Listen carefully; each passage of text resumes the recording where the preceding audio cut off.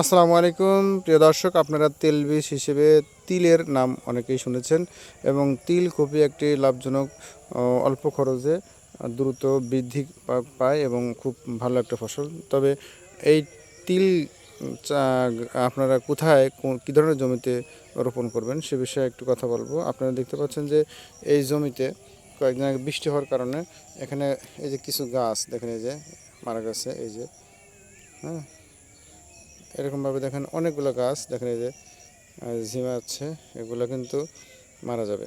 তাহলে এই গাছগুলো কেন এরকম হচ্ছে?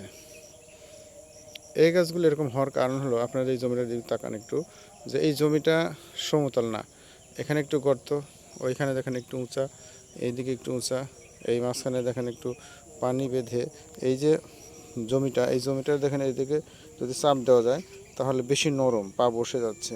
তো এই জন্য নরম জমিতে, স্যাঁতসেঁতে জমিতে কিন্তু তিল ভালো জন্মে না। এই জন্য আপনারা যারাই তিল চাষ করবেন অবশ্যই জমি বাছাই করবেন এমন যে জমিটাতে পানি বেঁধে না থাকে।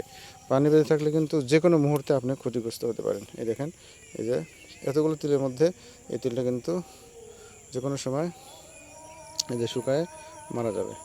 তো এভাবে দেখেন অনেক তিল এরকম হচ্ছে।